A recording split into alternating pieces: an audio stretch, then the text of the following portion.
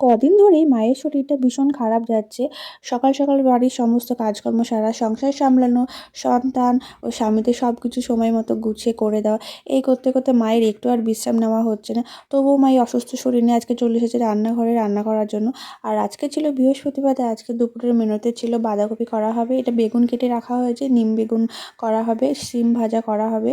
আর এখানে দেখো মা কড়াই গরম হয়ে যাওয়ার পর কড়াইয়ে বাঁধাকপিগুলোকে দিয়ে দিচ্ছে ভালো করে বাঁধাকপিটাকে রান্না করার জন্য।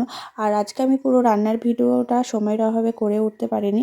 সব রান্না কমপ্লিট হওয়ার পরে মা আর আমি আজকে খেতে বসে পড়েছি। আজকে দুপুরের রান্নাটা খুব সাধারণ হলেও কিন্তু খেতে বেশ ভালোই হয়েছিল।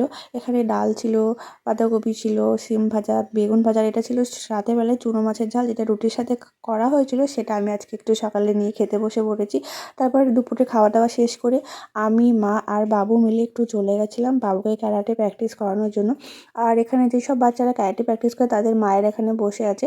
আর মাকে একটা বই দেওয়া হয়েছে, এটা ক্যারাটেরই মেন বই সেই বইটা আমার এখানে দাঁড়িয়ে দাঁড়িয়ে পড়ছিল। আর এখানে দেখো ছোটো ছোটো বাচ্চারা ক্যারাটে প্র্যাকটিস করছে।